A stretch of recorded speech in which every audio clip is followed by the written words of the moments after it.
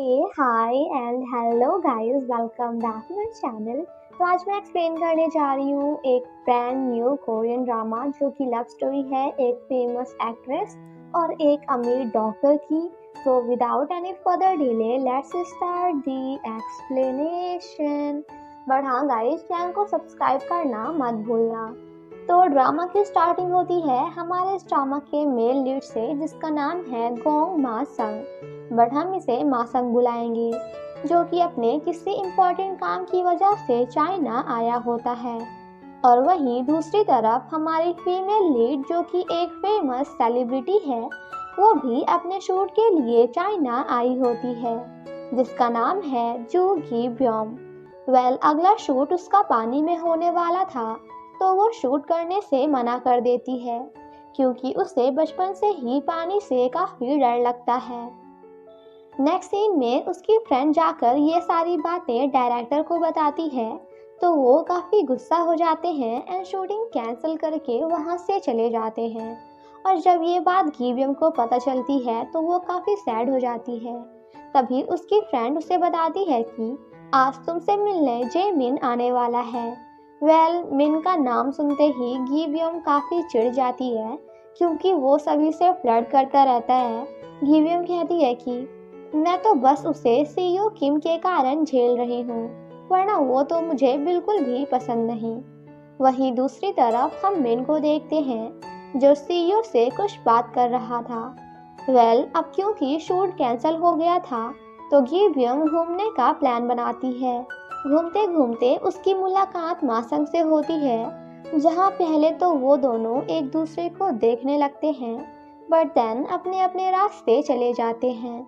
मासंग एक रेस्टोरेंट जाकर किसी लड़की का वेट करने लगता है जिसका नाम जॉय केंट है। वहीं दूसरी तरफ गीवियम को वॉशरूम जाना था, बट गार्ड्स उसे अंदर नहीं जाने देते, तो वो उससे अपना नाम जॉय बताकर खुश करने की कोशिश करती है, जिसे सुनकर मासंग को ऐसा लगता है कि शायद ये वही लड़की है जिसका मैं इंतज़ार कर रहा हूँ। तो वो उसे एक कॉन्ट्रैक्ट पेपर पर साइन करने के लिए कहता है, तो गीवियम उसे अपना कोई फैन समझकर उस पेपर पर ऑटोग्राफ दे देती है। बट मासंग को जब पता चलता है कि ये तो जॉय केंट है ही नहीं, तो वो गीवियम पर साइन करने के लिए काफ़ी गुस्सा करता है, लेकिन गीवियम उसे इग्नोर करके वहाँ से भाग जाती है क्योंकि उसे काफ़ी जोर की वॉशरूम लगी थी, जिसे देखकर बेचारा हमारा मासंग वॉज लाइक गजब बेइज्जती है। बट थोड़ी देर बाद फाइनली उसकी मुलाकात असली जॉय केंट से हो ही जाती है।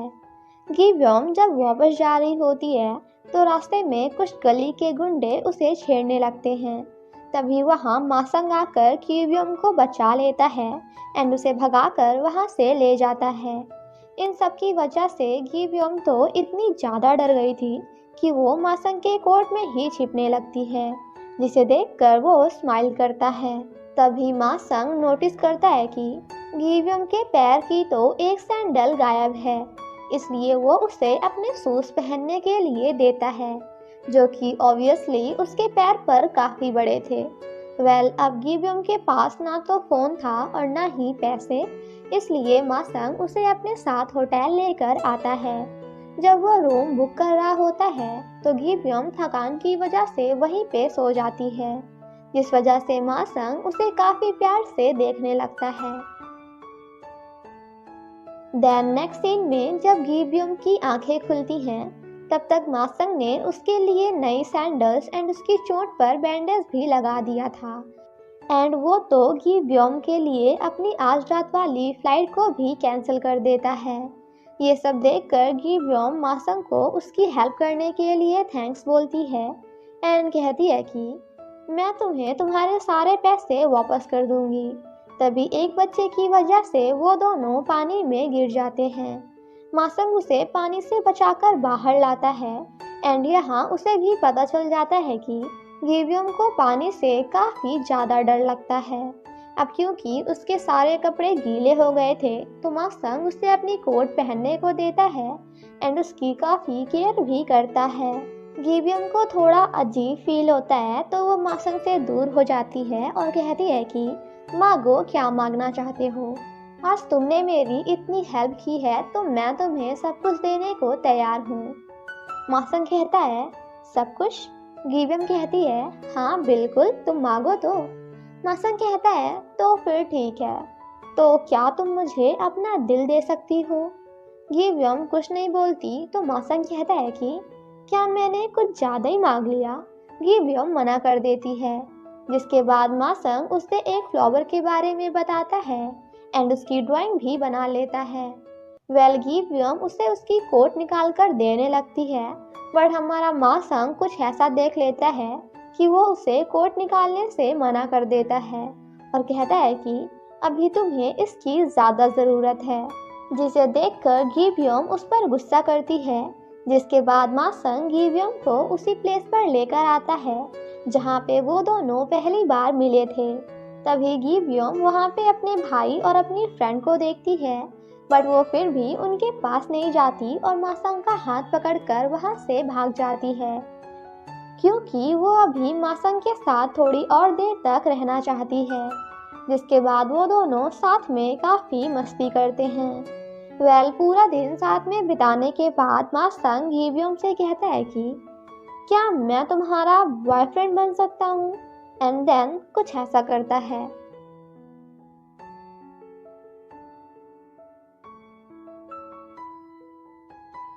तभी गिवियम को उसके फ्रेंड्स की आवाज़ आती है तो वो मासंग के पीछे छिप जाती है।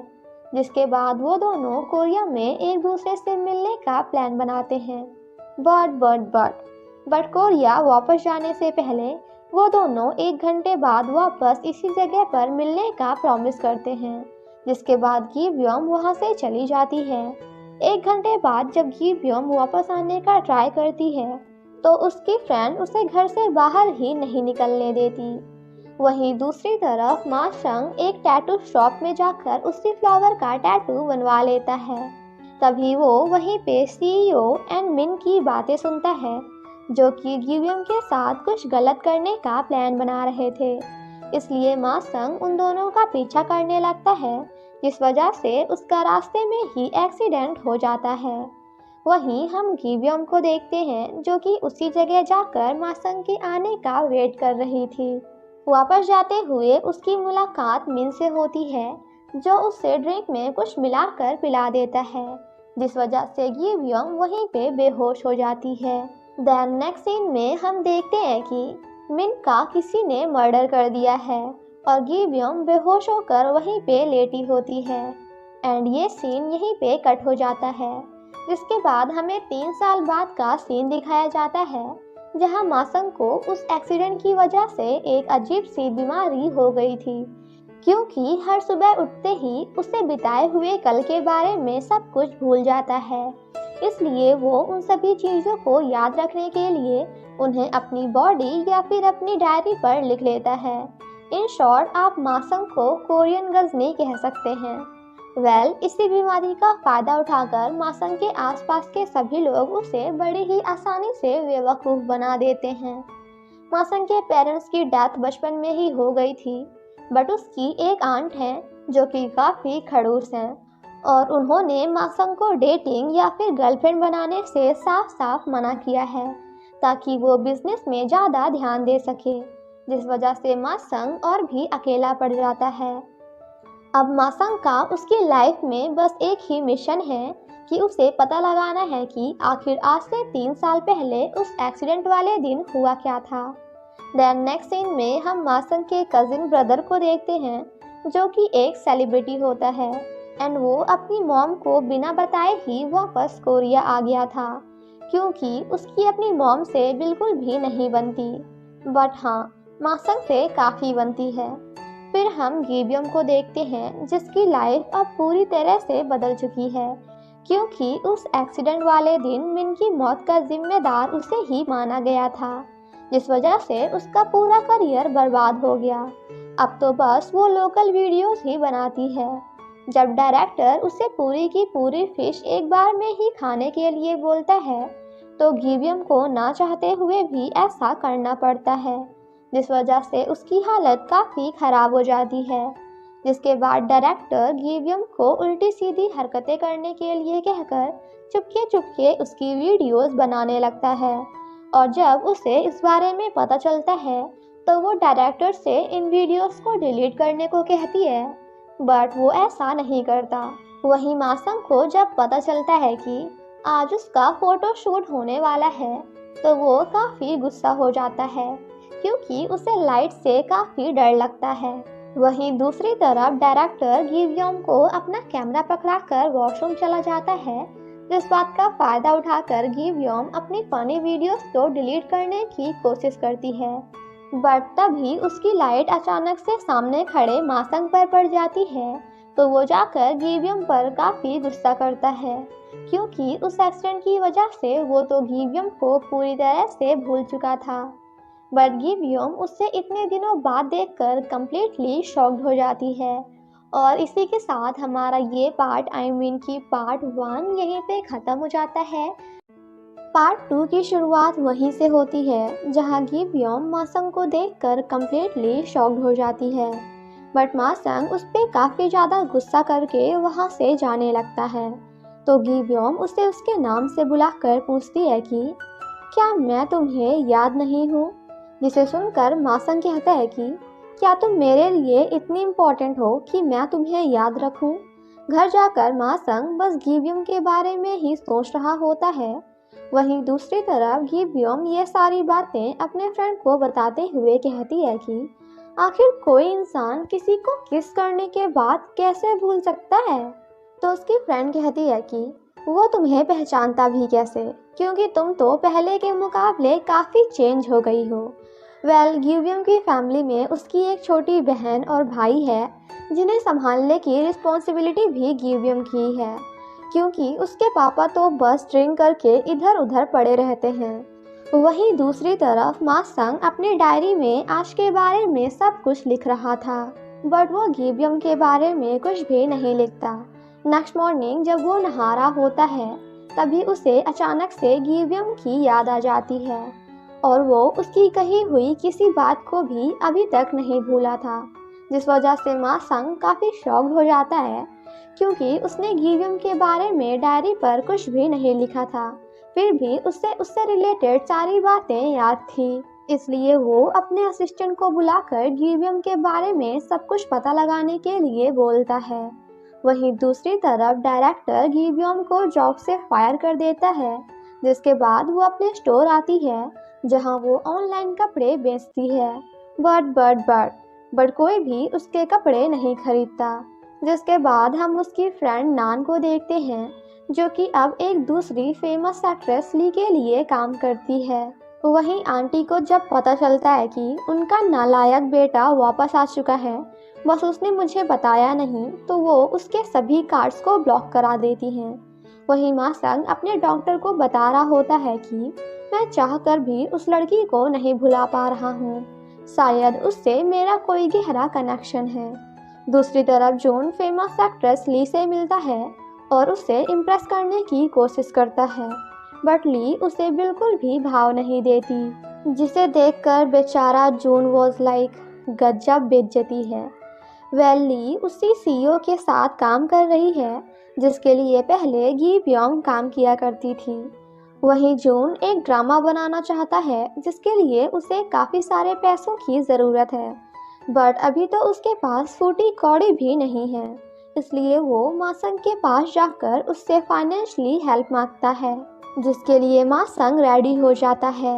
वहीं दूसरी तरफ गिवियम की वही वाली वीडियो पूरे कोरिया में वायरल हो जाती है, जिसे मासंग भी देख लेता है और अपने असिस्टेंट से कहता है कि ये तो वही लड़की है जिसे मैं अभी तक ढूंढ रहा था। ये सुनकर असिस्टेंट उसे गिवियम के बारे में सब कुछ बता देता है कि वो पहले एक बहुत फेमस सेलिब्रिटी हुआ करती थी, बट एक मर्डर का इल्ज़ाम लगने के बाद उसका पूरा करियर बर्बाद हो गया, और इसकी एक ऑनलाइन शॉप भी है। देन सेम नाइट मासंग गिवियम के स्टोर से काफ़ी सारे कपड़े ऑर्डर करता है, जिसे सुनकर गिवियम काफ़ी खुश हो जाती है। नेक्स्ट मॉर्निंग वो उसे कॉल करके घर का एड्रेस पूछती है, पहले तो माँ संग उसे पूरा मोहल्ला घुमाता है एंड देन एट लास्ट अपने घर का एड्रेस बता ही देता है। गिब्योम उसे देखकर कम्प्लीटली शॉक्ड हो जाती है।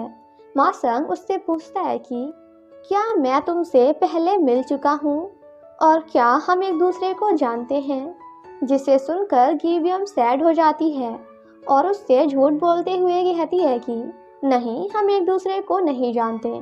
जिसके बाद माँ संग उसे पैसे देकर उन कपड़ों को लेने से मना कर देता है, तो गिब्योम सैड होकर वहाँ से चली जाती है। तभी बाहर उसकी मुलाकात जून से होती है, जो कि उसका बहुत ही बड़ा वाला फैन है और उसने आज से 5 साल पहले गिब्योम के साथ एक छोटा सा रोल प्ले किया था। गिब्योम भी उसे पहचान लेती है एंड यहाँ हमें पता चलता है कि जून गिब्योम को काफ़ी ज़्यादा पसंद करता है और वो तो उसकी सभी ड्रेसेस को खरीदने के लिए भी रेडी हो जाता है। बट गिब्योम उसे ये ड्रेसेस नहीं बेचती क्योंकि मासंग ने पहले ही इसके पैसे दे दिए थे, जिसके बाद वो दोनों जाकर इन कपड़ों को गरीबों में बांट देते हैं। वहीं मासंग खुद से कह रहा होता है कि आखिर जिस लड़की को मैं जानता तक नहीं, उसके ख्याल से ही बार बार मेरी हार्ट बीट क्यों तेज हो रही है। आफ्टर दैट वो गिब्योम से मिलने उसके घर जाता है एंड खुद को कोसते हुए कहता है कि आखिर उस लड़की में ऐसा क्या है कि ना चाहते हुए भी मेरा दिल और मेरा मन बार बार उसके पास जाने को कर रहा है। वहीं जून फिर से गिब्योम को पॉपुलर करने का प्लान बनाता है।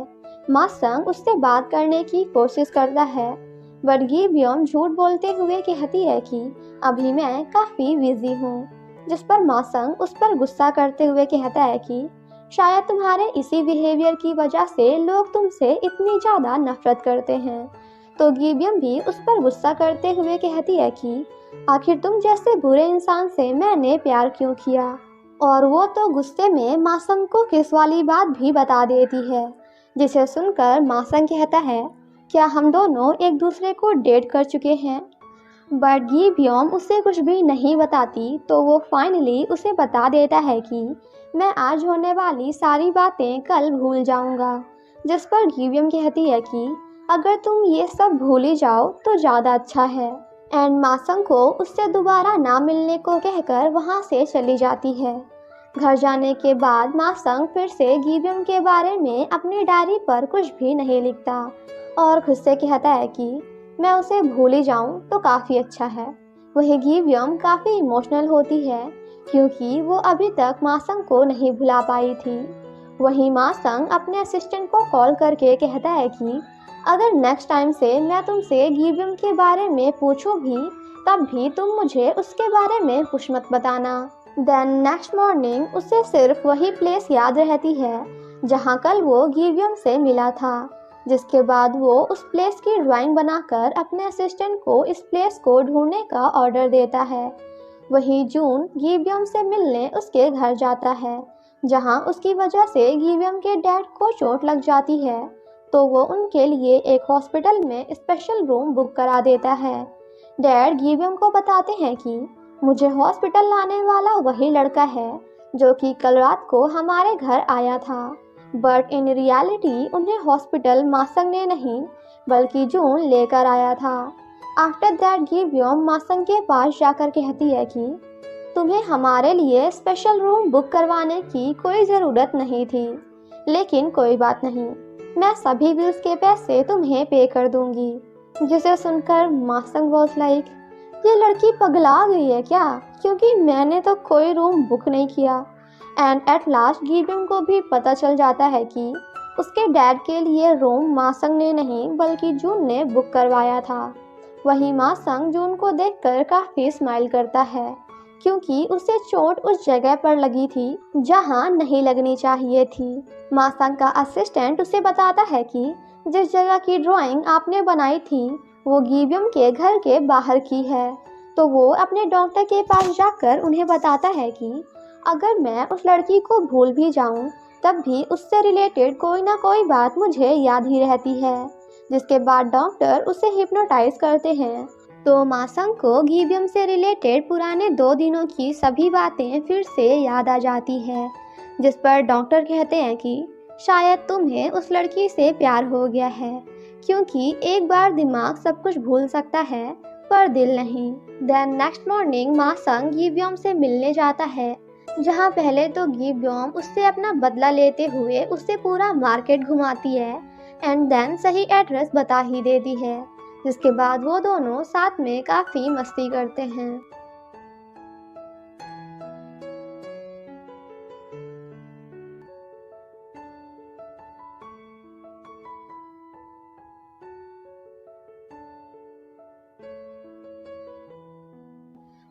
काफी देर तक घूमने फिरने के बाद फाइनली गीब्योम मासंग को आज से 3 साल पहले के बारे में सब कुछ बता देती है कि वो लोग कहाँ मिले थे और कैसे मासंग उसे वेट करने के लिए बोलकर वहाँ से चला गया था, जिसे सुनकर मासंग उसे सॉरी बोलता है पर गीब्योम वहाँ से चली जाती है। वही जून फिर से ली को इम्प्रेस करने की कोशिश करता है बट वो तो उसे फिर से बिल्कुल भी भाव नहीं देती। तो जून अपने कजिन मासंग को कॉल करके अपने ऑफिस में आने के लिए कहता है, क्योंकि आज मैं एक फेमस एक्ट्रेस गीब्योम से कॉन्ट्रैक्ट साइन कराने वाला हूँ। गीब्योम का वहाँ आना जून के पार्टनर्स को बिल्कुल भी पसंद नहीं आता, तो वो उसे अपनी कंपनी में जॉब करने से मना कर देते हैं। तभी वहाँ मासंग भी आ जाता है, जिसे देखकर गीब्योम वॉज लाइक, ओ गॉड, आखिर ये कहाँ से आ गया।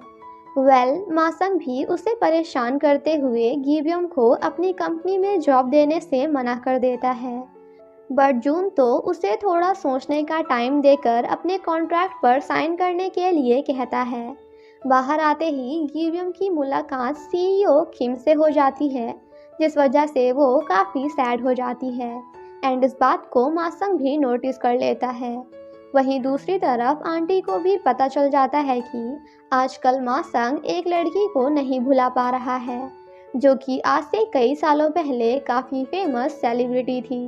काफ़ी सोचने के बाद एट लास्ट गीब्योम कॉन्ट्रैक्ट पर साइन कर देती है, क्योंकि अभी उसके पास पैसे कमाने का यही एक आखिरी ऑप्शन बचा था।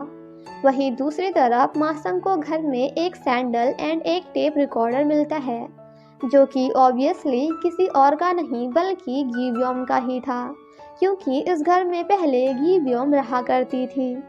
जिसके बाद मासंग गीब्योम के गाए हुए सॉन्ग सुनता है, तो वहीं दूसरी तरफ वो भी अपने गानों को सुनते हुए मासंग को याद कर रही थी। मासंग शॉक्ड होकर खुद से कहता है कि आखिर इन गानों को सुनकर मुझे अजीब सा क्यों फील हो रहा है। और इसी के साथ हमारा ये पार्ट यहीं पे ख़त्म हो जाता है।